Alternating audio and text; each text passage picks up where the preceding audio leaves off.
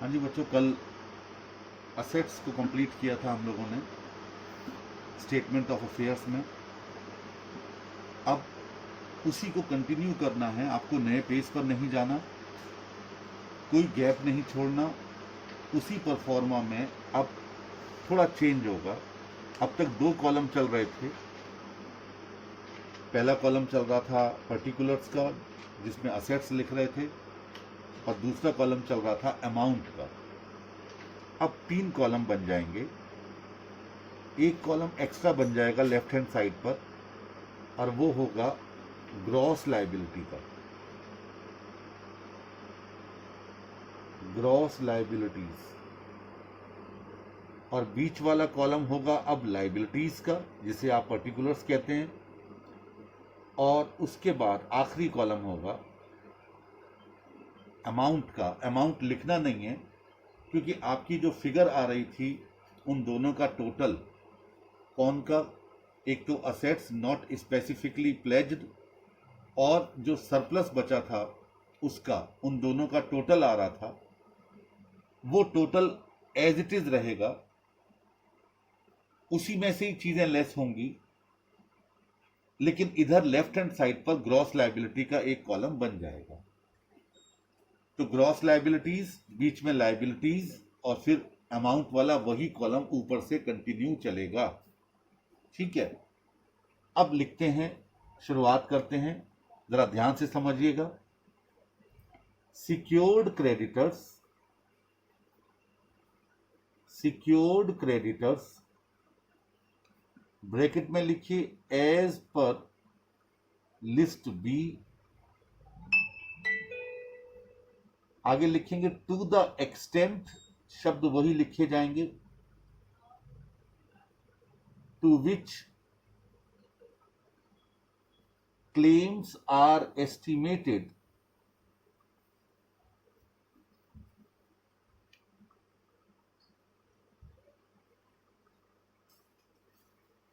to be covered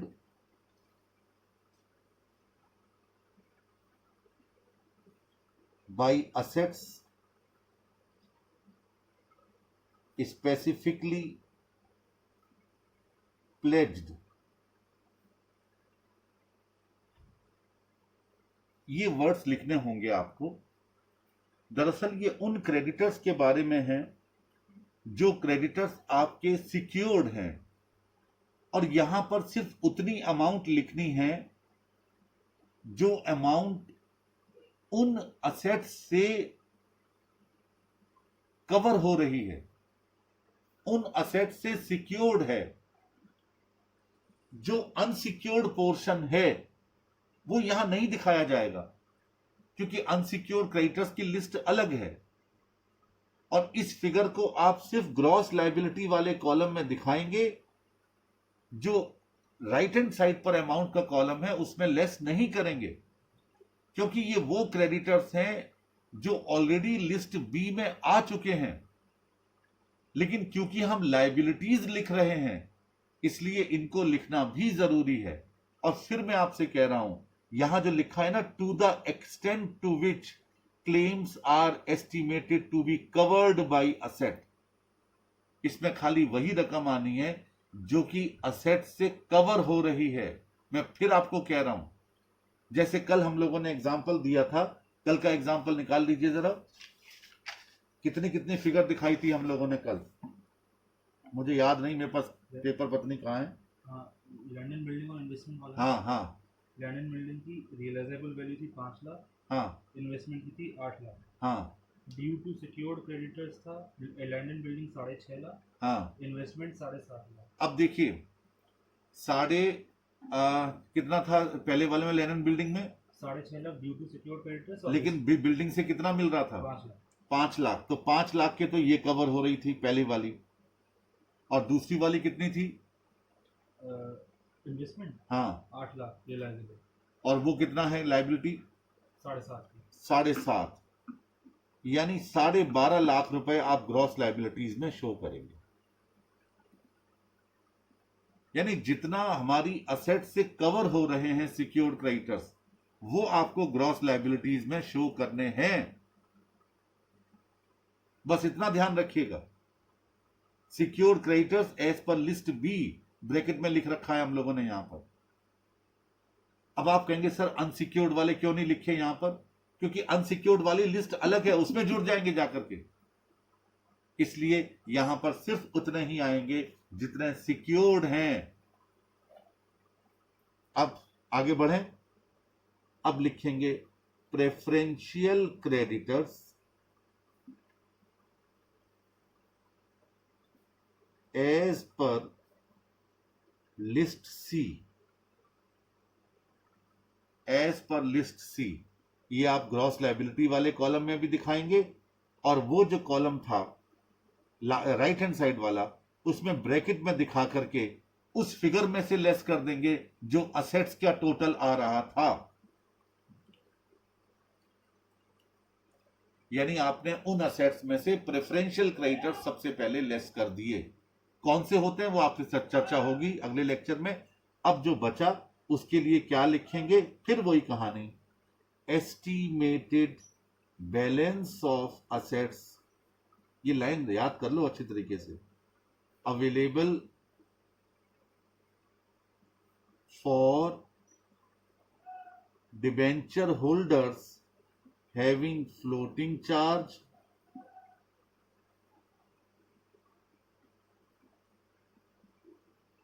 and unsecured creditors.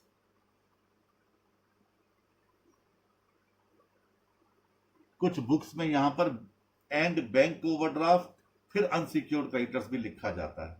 यानी bank overdraft का payment हम अनसिक्योर्ड क्रेडिटर्स से में सबसे पहले करते हैं, तो वो लोग इस लाइन में debentures having floating charge comma bank overdraft and unsecured creditors लिख देते हैं।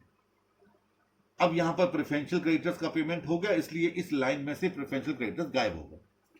ठीक है, चलिए अब लेस करने के बाद ये फिगर आ गई। इधर ग्रॉस लायबिलिटी वाली में सारी फिगर एज इट इज चलती रहेंगी। अब इसके बाद लिस्ट सी हो गई, अब आएगा लिस्ट डी। लिखिए debentures having floating charge on assets as per list D। ठीक है, अब ये ग्रॉस लायबिलिटी में भी एज इट इज आ जाएंगे और इधर भी ब्रैकेट में आकर के लेस हो जाएंगे। अब फिर वही लाइन आगे बढ़ाइए, estimated balance of assets available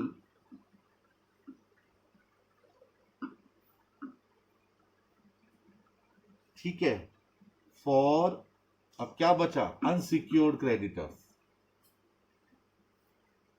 जिसका जिसका पेमेंट होता जाएगा वो इस लिस्ट में से गायब होता चला जाएगा। अब ये असेट्स का बैलेंस रह गया किनके लिए, अनसिक्योर्ड क्रेडिटर्स के लिए। अब इसके बाद वापस आइए, लिखिए unsecured creditors as per list E। Right hand वाले कॉलम में आप माइनस में दिखाएंगे फिगर, और लेफ्ट हैंड में ग्रॉस लायबिलिटी में एज इट इज दिखा दिया जाएगा। ये सारे क्रेडिटर्स की लिस्ट आ गई। हो सकता है कि अनसिक्योर्ड क्रेडिटर्स को लेस करने के बाद यहां फिगर माइनस में आ जाए, चलती रहे माइनस में, कोई दिक्कत नहीं है, ब्रैकेट में दिखा सकते हैं। और यहीं पर अनसिक्योर्ड क्रेडिटर्स के बाद आप ग्रॉस लायबिलिटी वाले कॉलम का टोटल कर देंगे। अब जरा गौर कीजिए, ये जो ग्रॉस लायबिलिटी का कॉलम का टोटल आपने किया और पीछे आपने समरी ऑफ ग्रॉस असेट्स बनाई थी, उन दोनों को आपस में कंपेयर करेंगे अपने आप कैलकुलेटर पर। दोबारा सुन लीजिए, ये ग्रॉस लायबिलिटी का जो टोटल यहां आया, इसे कंपेयर किया जाएगा ग्रॉस असेट्स के टोटल के साथ।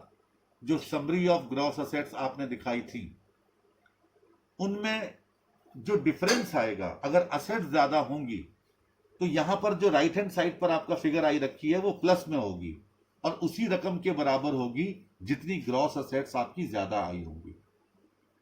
और अगर ग्रॉस असेट्स कम आ रही हैं, ग्रॉस लायबिलिटीज ज्यादा हो रही हैं, तो यहां पर वही फिगर माइनस में होगी। ये उत्तर की जांच हो जाएगी, यहां पर आपके आंसर सही है कि नहीं है, कहीं कैलकुलेशन में गड़बड़ तो नहीं हो गई है।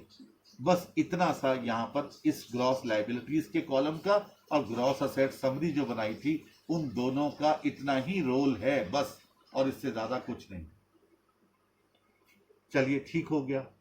अब आप लिखेंगे जो फिगर आ गई, इसके लिए लिखेंगे एस्टिमेटेड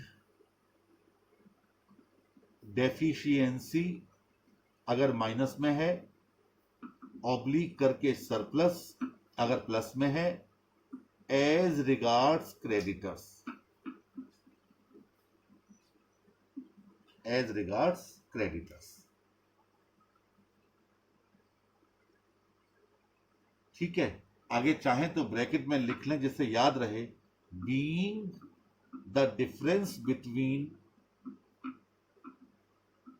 क्या लिखने वाला हूं मैं, gross assets and gross liabilities.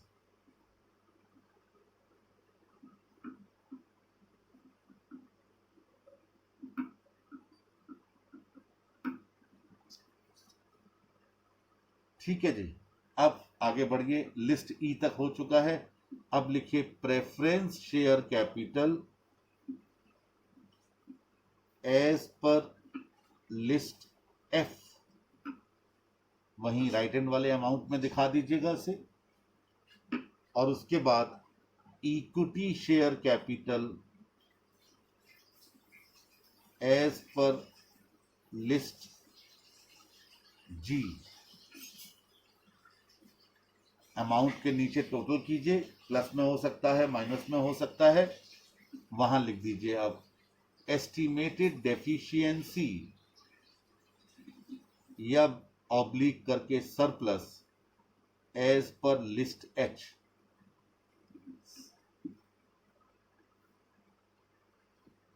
Preference share capital list F में आ गए, equity share capital list G में आ गई। अब जो बच गया एंड में वो है एस्टिमेटेड डेफिशिएंसी और surplus as per list H. ये जाकर तैयार हुआ पूरा परफॉर्मा स्टेटमेंट ऑफ अफेयर्स का। ये पूरा एज इट इज बनाना है आपको। अगर क्वेश्चन में एग्जाम में ये क्वेश्चन पूछा जाता है कि स्टेटमेंट ऑफ अफेयर्स बनाइए, तो आपको सेम एज इट इज इसी भाषा में तैयार करना होगा, बस फिगर्स लिखते चली जानी है जो जो क्वेश्चन में आपको दी जाए। अब जो एक टॉपिक बीच में रह गया वो है प्रेफरेंशियल क्रेडिटर्स और ओवरराइडिंग प्रेफरेंशियल पेमेंट्स। ये दो चीजें बहुत इंपॉर्टेंट हैं जो आपको यहां पर शो करनी है। और इसके बाद भी जो liquidators final statement of account बनाया जाएगा वहां पर भी इनका रोल होगा। सबसे पहले समझ लीजिए प्रेफरेंशियल क्रेडिटर्स क्या होते हैं। These are the creditors which should be paid in priority to all other debts subject to the provisions of section 326. Section 326 में प्रेफरेंशियल क्रेडिटर्स के बारे में चर्चा की गई है। इन क्रेडिटर्स का भुगतान बाकी सारे डेट से पहले किया जाएगा, ये बात ध्यान रखिएगा। तो preferential creditors are those which are to be paid in priority to all other debts in the case of winding up of a company. अब कौन कौन से प्रेफरेंशियल क्रेडिटर्स होते हैं? पहला, नंबर 1, गवर्नमेंट टैक्सेस। गवर्नमेंट के जितने भी टैक्सेस होंगे, सेस होगा, ड्यूटीज होंगी, सरचार्जेस होंगे,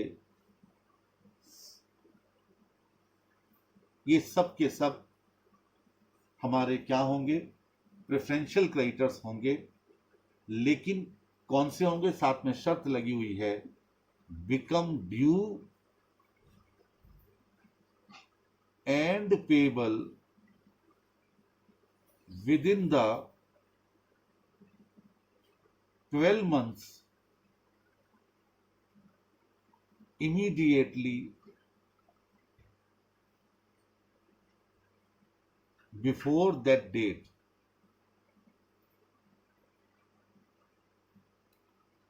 उस डेट से ठीक पहले के 12 महीनों के, अगर 12 महीनों से ज्यादा के हैं तो खाली 12 महीनों वाले प्रेफरेंशियल हो जाएंगे और 12 महीनों से ज्यादा वाले वो अनसिक्योर्ड क्रेडिटर्स की लिस्ट में चले जाएंगे।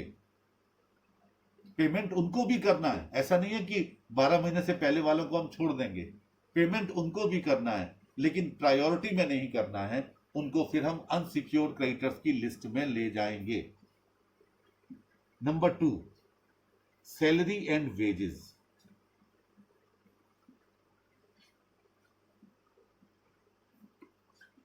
हमारे बिजनेस में, उस कंपनी में जितने भी कर्मचारी काम करते हैं, एम्प्लॉइज काम करते हैं, उनको भी सैलरी या वेजेस का भुगतान किया जाता है।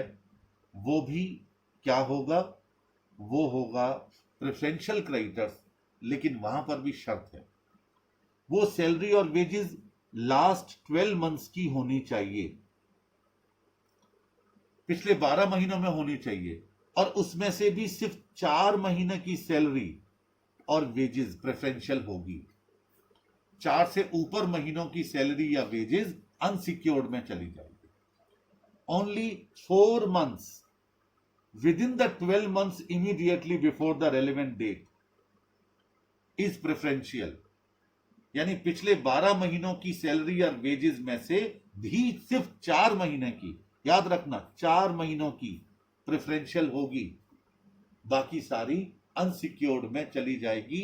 यानी 12 महीनों में से 8 महीनों वाली भी और 12 महीनों से पहले वाली भी, ये सब अनसिक्योर्ड हो जाएंगे। नंबर 3, हॉलीडे रेम्यूनरेशन, जिसे आप इनकम टैक्स में लीव सैलरी कहा करते थे। सारा का सारा हॉलीडे रेम्यूनरेशन ये प्रेफरेंशियल होगा, लीव सैलरी ये प्रेफरेंशियल होगी। इसके बाद number 4, contribution under employees state insurance act.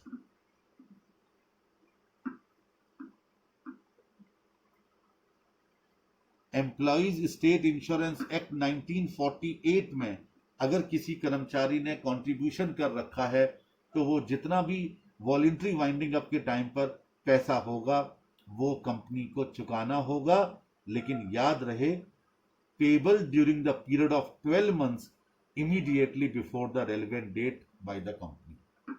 यहां पर भी 12 महीने चाहिए immediately before the relevant date. Relevant date क्या है, जिस डेट को अभी बताऊंगा उसके बारे में भी, ये 12 महीने आ गया। इसके बाद number 5, compensation in respect of death of disablement, या और कर दीजिए यहां, और disablement under the workman compensation act 1923। Workman compensation act में कोई भी किसी को कॉम्पनसेशन अगर पेबल है किसी भी कर्मचारी को, उसकी डेथ हो जाने पर या डिसेबल हो जाने पर, वो भी पूरा का पूरा प्रेफरेंशियल माना जाएगा। इसके बाद प्रोविडेंट फंड, पेंशन फंड और ग्रेच्युटी फंड की रकम सारी की सारी प्रेफरेंशियल होगी। प्रोविडेंट फंड, पेंशन फंड और ग्रेच्युटी फंड, ये सारी की सारी फिगर क्या होगी, ये भी प्रेफरेंशियल होगी सेक्शन 326 में, ये ध्यान रखिएगा। और एक बात आपको बता दूं, सेक्शन 326 में तो प्रेफरेंशियल क्रेडिटर्स में आपको बता रहा हूं, इसमें से भी कुछ ऐसे प्रेफरेंशियल क्रेडिटर्स होंगे जो ओवरराइड करेंगे। उनका पेमेंट भी इन सबसे पहले होगा। ओवरराइडिंग प्रेफरेंशियल पेमेंट कहा जाता है जिनको, वो सेक्शन 327 में डिफाइन होंगे। अब यहां पर एक बात हमेशा ध्यान से सुन लीजिएगा, section 326 and section 327 should not be applicable in the event of liquidation under the Insolvency and Bankruptcy Code 2016। ये ध्यान रखिएगा, कोई भी कंपनी में जिसका की डिसोल्यूशन या लिक्विडेशन हो रहा है इंसॉल्वेंसी और बैंकरप्सी कोड 2016 में, वो बैंकरप्ट हो रही है, इंसॉल्वेंट होने जा रही है, तो ऐसी कंपनी का लिक्विडेशन के टाइम पर सेक्शन 326 यानी प्रेफरेंशियल क्रेडिटर्स और सेक्शन 327 यानी कि ओवरराइडिंग प्रेफरेंशियल क्रेडिटर्स, इन सब का कोई भी रोल नहीं होगा, यानी इनको अलग से कंसीडर नहीं किया जाएगा। और एक अंतिम लिख लीजिए 7th नंबर पर, एक्सपेंसेस ऑफ इन्वेस्टिगेशन।